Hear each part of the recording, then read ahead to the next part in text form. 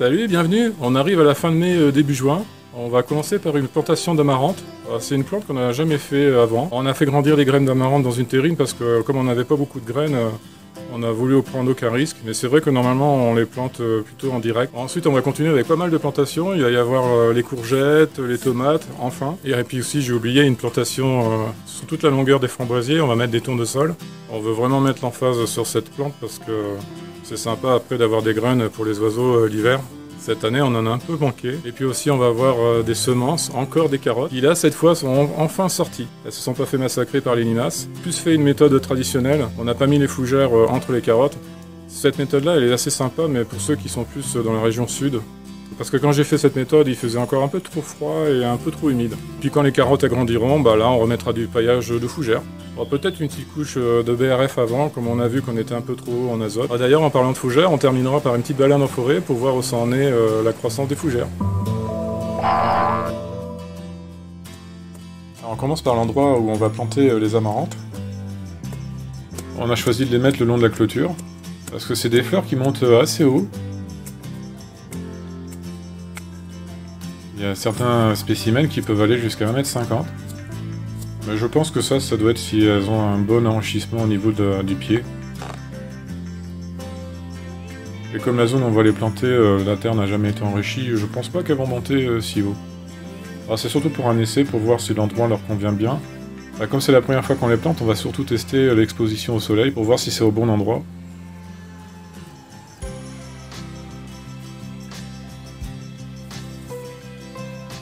On les dispose toutes les 30 cm. Et là, comme on peut voir, j'ai rajouté déjà un petit peu de BRF coupé au sécateur sur la tranchée qu'on a creusée avec la bêche.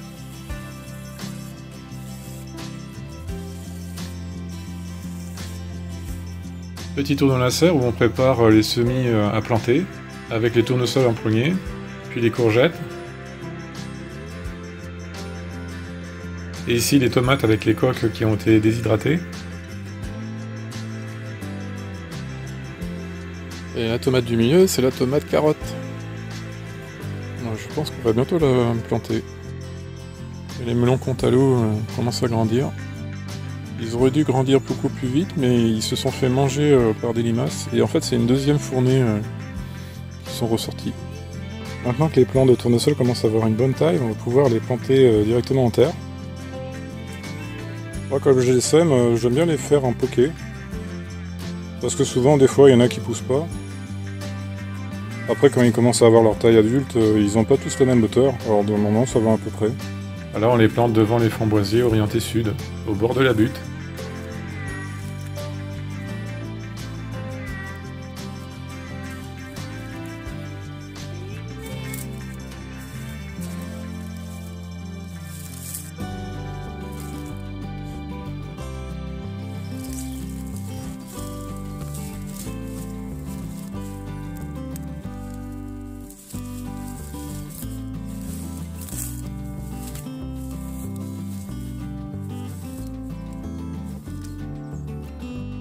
Maintenant, c'est au tour des tomates à les planter.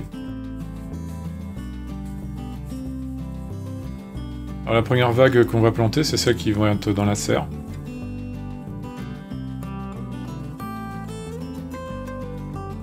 Et après, il y aura une deuxième fournée de tomates qui seront plantées fin juin, à la place des fèves. Bon, normalement, on espère que toutes les fèves seront finies d'être récoltées.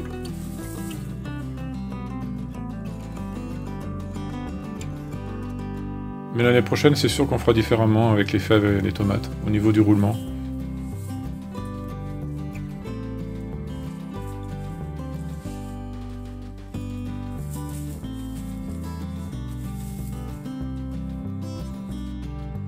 En ce moment, on commence à être dans la période de taille des arbres et des arbustes et des haies.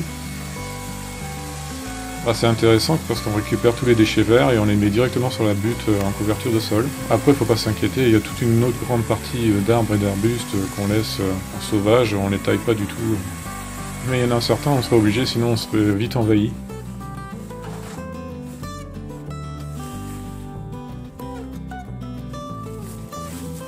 Là, ça tombe bien, on va utiliser toutes ces feuilles pour aller sur la butte avant de planter les courgettes. Il faut toujours essayer de mettre le paillage avant de mettre les plants. Bon, des fois je sais qu'on peut pas faire autrement, on est obligé de mettre après d'avoir planté le plant. Mais là ça devient plus fastidieux, il faut vraiment faire attention à toutes les feuilles, et puis mettre le paillage en dessous.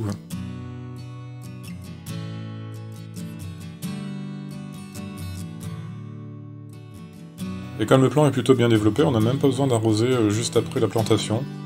Et tout au long de sa croissance, on n'arrosera pas du tout. Et ces courgettes-là ne seront jamais arrosées. Grâce à la couverture du sol qu'on vient de mettre, qui va retenir l'humidité qui est contenue dans le bois enterré dans les buts.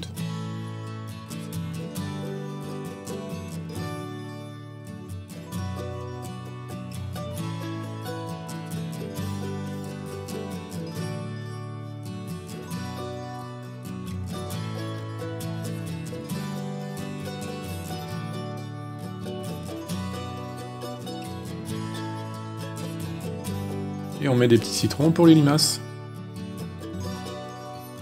Maintenant, petit tour dans la parcelle des fèves. Là, on voit les fèves qui ont fini leur floraison. Je ne sais pas si vous voyez la différence entre celles qui sont à gauche et celles qui sont à droite. En fait, celles qui sont à gauche, qui sont à côté du sureau, elles sont beaucoup plus belles que celles qui sont à droite. Et en fait, on s'est aperçu d'une chose, c'est parce qu'elles sont proches du sureau. Et une grande partie des pucerons sont plutôt allés sur le sureau que sur les fèves.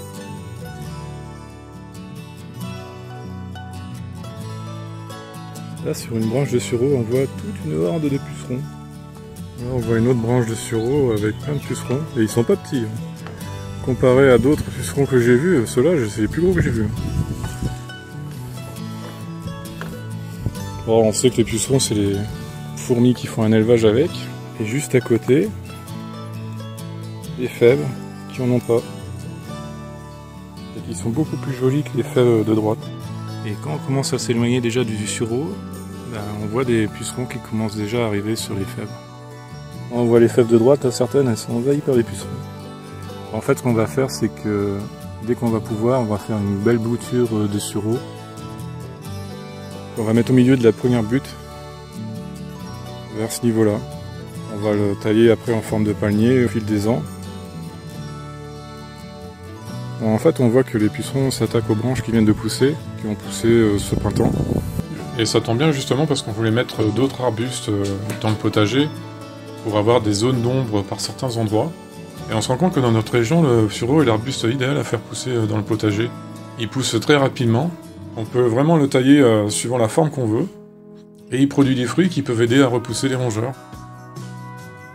On passe au semis de carottes avec une petite expérience avec un pot démontable. Alors là, je me suis amusé à faire un moule. Bon, ça fait un peu un pot en longueur avec des morceaux de bois. Alors, ce que je voulais essayer de faire, c'était des godets qui soient d'une certaine longueur et qui soient démontables. Alors, pour l'instant, c'est temporaire, c'est fixé avec des fils de fer et retenu en dessous avec des clous. Mais l'idée, en fait, compte, c'était de faire un pot qui pouvait se défaire.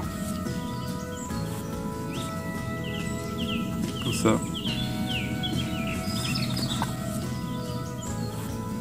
Tiens, on voit une limace. Regardez-moi la petite limace. Ah, c'est là qu'on voit aussi que le bois au contact de la terre, c'est la maison idéale pour les limaces.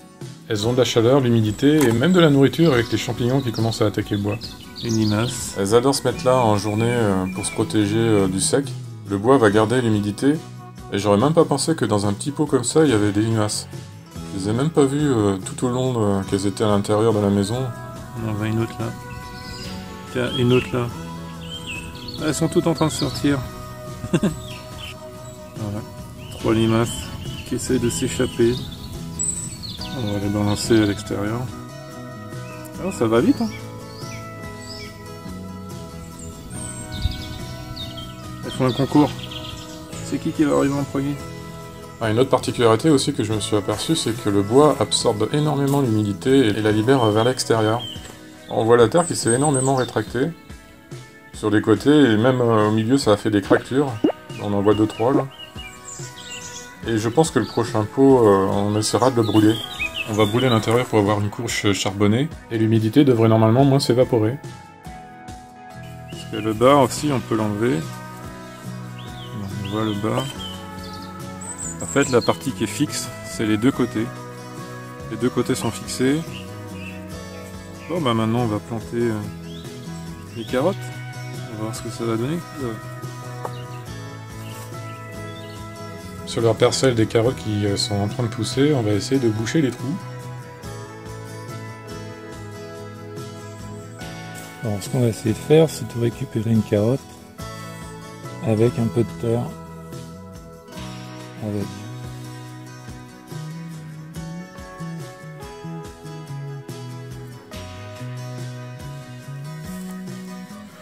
Alors on les arrose juste un peu au départ pour qu'elles prennent, et une fois qu'elles sont parties, on n'a plus besoin de les arroser jusqu'à la récolte. Ah, j'en profite qu'on est dans la carotte pour vous montrer les fleurs qui commencent à pousser et à se développer dans la serre. Des belles fleurs de carottes. C'est la première fois qu'on en fait, alors on espère qu'on arrivera à en sortir des graines. Et maintenant on va voir la troisième méthode qui en fait a été la plus payante, qui a permis d'avoir une meilleure réussite pour les semis comme on voit sur l'autre parcelle. Comme on dit, il faut jamais lâcher, toujours persévérer. On retire toute la couverture du sol. Là j'ai vérifié la profondeur et je me suis aperçu en plantant la fourche bêche qu'on entend les bouts de bois qui sont pas loin. Alors là, après je vais remettre de la terre.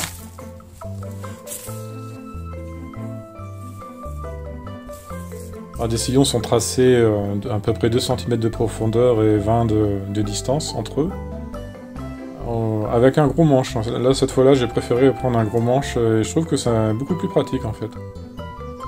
Et j'ai plus choisi de semer directement avec la main parce que je trouve qu'on a un meilleur ressenti. Et ça s'est avéré payant sur l'autre parcelle comme on a vu avant. Et après on avait saupoudré comme on voit là de terre. Très légèrement, juste pour recouvrir les graines. C'est tout. Avec la terre la plus fine possible. Moi ce que je m'amuse c'est de récupérer les mottes de terre et j'en profite pour les écraser. Ça fait une belle poudre de terre. Et là j'ai choisi de ne pas plomber avec la main parce que la terre est déjà plutôt humide. Et ça suffit pour plaquer les graines au sol. Et ensuite on finira par un petit arrosage. Alors, on essaiera de garder une humidité tant que les fans ne sont pas apparus. Et voilà, pour finir on va se faire une petite balade dans la forêt. On se dirige vers le fond du jardin. Et voilà l'arrière de chez nous, l'entrée de la forêt. Le petit chemin par là où on va.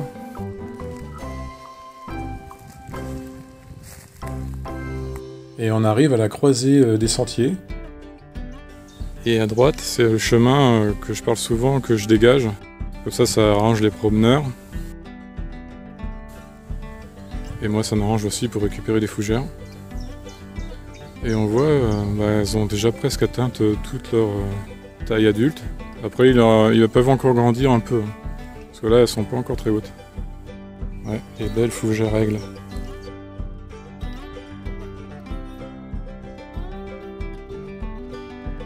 Ouais, elles ont presque fini de se déplier.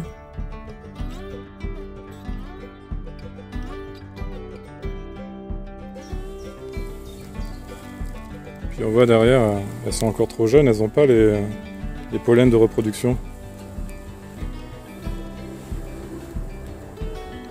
C'est encore trop tôt.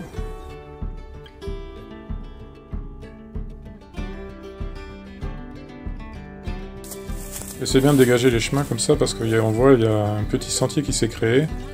Et si on laissait envahir, après il y aurait des ronces et ce serait complètement bouché. Et on voit il y a un passage d'animaux aussi.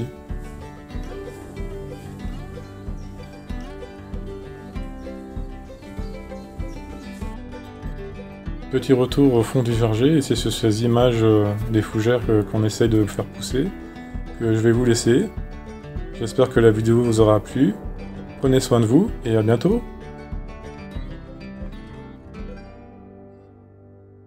N'oubliez pas le petit pouce vers le haut si vous avez aimé, et le partage et l'abonnement pour soutenir la chaîne. Merci, c'est cool.